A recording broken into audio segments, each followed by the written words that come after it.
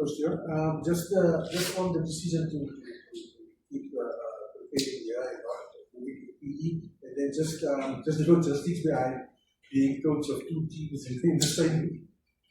Yeah, I think we actually have settled in our camp this week in Johannesburg. We're quite comfortable with the surroundings in terms of where we train, and we found it fit to finish all our training here until Wednesday, and then to leave for Port Elizabeth, where we just then obviously go into our captain's run and then into our game. So I think from that perspective, with the numbers also that we have two teams, it's the best thing to finish our preparation here.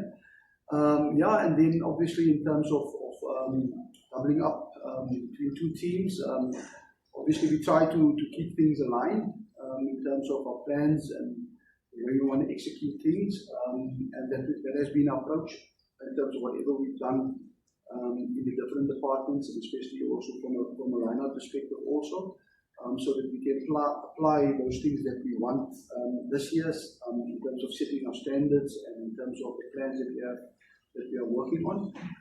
But yeah, the players obviously, the good students that they are, and the way they learn from each other, and the way we've simulated certain stuff to get to what we want. I think it worked well, and I think we're on the right track.